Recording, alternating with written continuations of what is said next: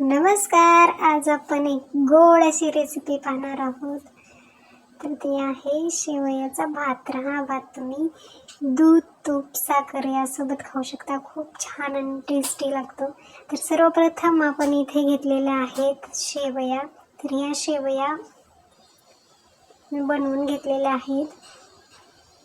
तर इथं कढई ठेवलेली आहे गॅसवर आणि त्याच्यामध्ये थोडंसं तेल टाकलेलं आहे आणि तेल गरम झाल्यानंतर याच्यात पाणी टाकून ह्या पाण्याला उकळी येऊ द्यायची आणि उकळी आल्यानंतर याच्यात थोडंसं मीठ टाकायचं. थोडंसंच टाकायचं कारण शेवयामध्ये आपण मीठ टाकलेलं असतं, त्याच्यामुळे जास्त जर मीठ टाकलं तर ते खारट होऊ शकतं.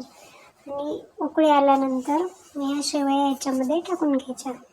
तर अशा प्रकारे शेवया व्यवस्थित हलवून घ्यायच्या. याच्यामध्ये मी थोडा वेळ याला असंच दोन मिनिट असंच ठेवायचं. म्हणजे छान अशा आपल्या शेवया बनतात आणि शिजतात पण.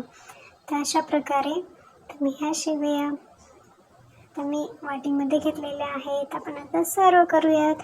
त्याच्यात थोडीशी साखर टाकलेली आहे आणि थोडंसं दूध टाकायचं आहे आणि तुमच्याकडे जर तूप असेल तर तुम्ही तूपसुद्धा टाकू शकता.